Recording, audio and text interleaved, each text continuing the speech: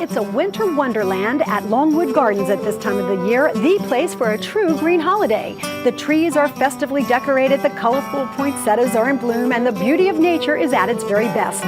On this edition of It's Your Call, we'll tell you how you can be more earth-friendly in your decorating and gift-giving. Want to have a green holiday? It's Your Call shows you how right now.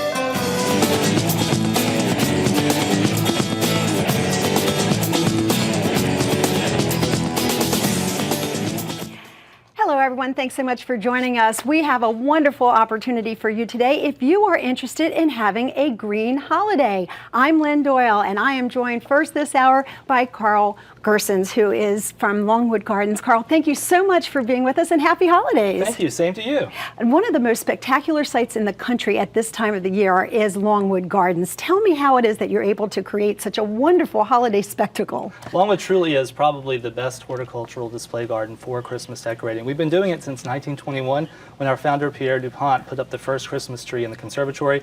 So from then on we've been making incredible displays for thousands of people to enjoy. I have to tell you, I am one of those thousands that has enjoyed it, and every time I go back I'm just in awe of just how beautiful it is.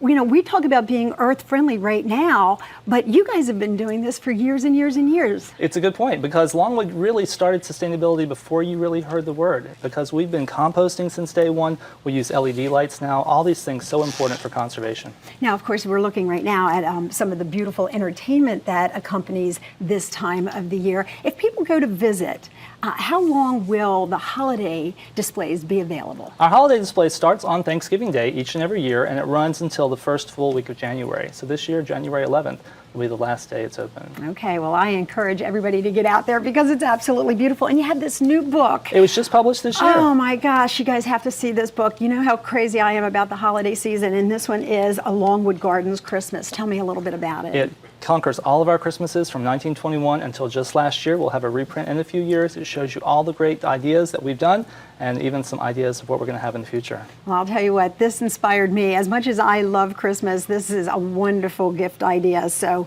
if anybody's watching, think about it. Okay, so tell me, Carl, how we can take some of what we've seen in the video and what we can see here in the book and then have a little bit of that translated to our own homes. Absolutely. Well, the idea is green. It's sustainable. It's conservation. It's really using things that you can find in your own garden. And me, originally being from Mississippi, I love this gorgeous southern magnolia wreath.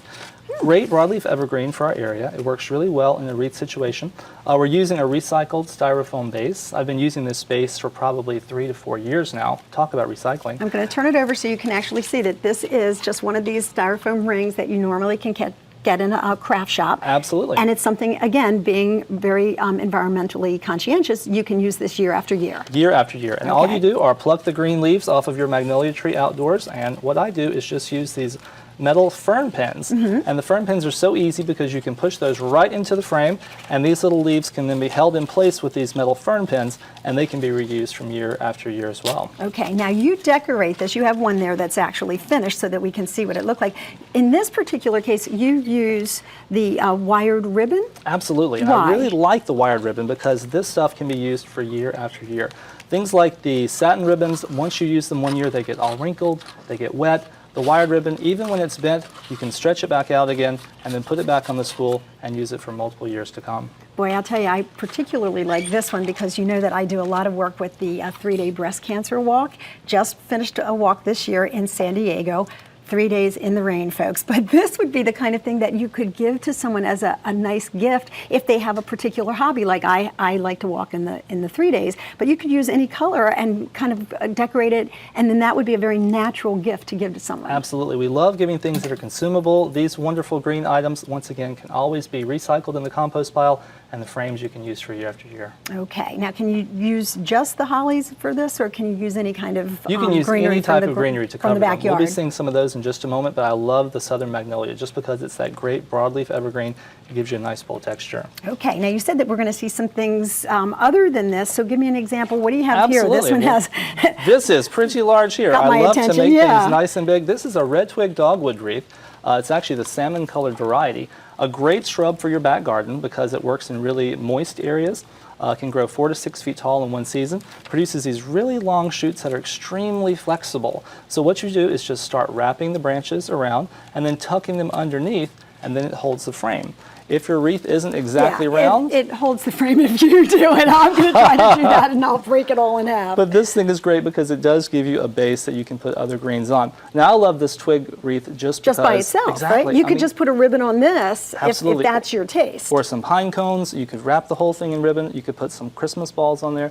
It's great either by itself or covered with other greenery. Okay, you say that it's great if it's covered with other greenery. I'm going to give you an opportunity to show. Okay, keep this in mind. This is what it looks like this way. Show us what it looks like if you actually put green. Well, here is the finished product that we're looking at here using a frame just like that, and we've covered it with, once again, kind of the non-traditional greenery. I'm doing kind of a silver and gold theme with this one. Okay. And we have the silver Arizona cypress and then the gold Leyland cypress, which are great in your garden, and they also work great on the wreath. Now you say everything there is compostable, so that Fully except for the compostable, ribbon, except for the ribbon, because we're which we going to could use reuse. that. Absolutely.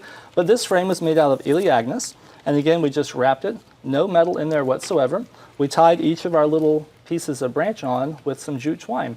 And the jute twine, again, is completely compostable. And I have to tell you, I wish that you could smell through the TV because it just has a delightful fragrance to it. It's so fragrant. And of course, the ribbon on there we talked about before, the wired ribbon, it might be a little flat the first year, but you get your fingers, you fluff that out, and there it's perfect for the next season. All right, great ideas, Carl. Thanks so much. Okay, now you have one more suggestion for us. Let's just put these over here. And I love this. I told people that you'd be able to get some ideas from your own backyard, but we've given you a couple. These I just find to be really, really charming. Tell me about them. Aren't they great? The little tabletop topiaries. Again, we're using a frame similar to what the wreaths were made of, that styrofoam frame that is useful from year after year. And we've covered them with greenery that you can find in your back garden. I love the golden one. Gold at Christmas time, I think, is wonderful. That's a golden Hinoki cypress. Really great flat pieces of foliage you can then use the picks to put on there. We've kind of ornamented that with some gold ribbon. And of course, the little silver tree in the front there is an Arizona cypress. And that little tree has the little white ribbons on there. And great for, once again, gift giving. Small things like that you can make with your family, with your grandchildren, with your children.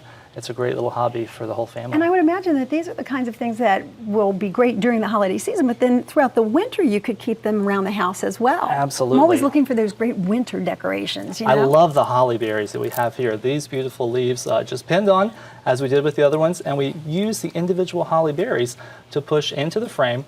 And of course, you can keep recycling those as long as the birds haven't eaten them from outdoors. Right. Now I'm going to move to this one right here because I have to say, when you look at this from a distance, like if you're sitting there watching this at home, look at this and tell me if it doesn't look like it's a candle. I actually came into the studio and thought it was wax, and I'm thinking, oh, he must have, like beeswax or something that he's using.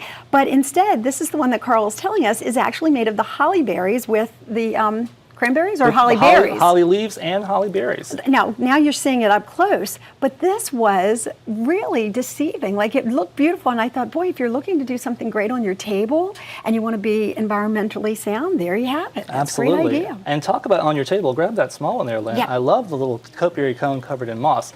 And at the top there, we have a little name card, and you can put your name right on there. I brought you a pen because Okay. you're going to be sitting there, and it's great for using little name tags for each place setting, because in the center of your table, of course, you could have all of the larger topiaries as well. Great idea. I'm going to do that during the break. Carl's going to be back with us later in the show to tell us more about his ideas on going green. But up next, Lorraine Kiefer has a few more natural ideas for us, including how to keep our poinsettias alive long after the holidays have passed. So if you want to go green, stay with It's Your Call. We'll be right back.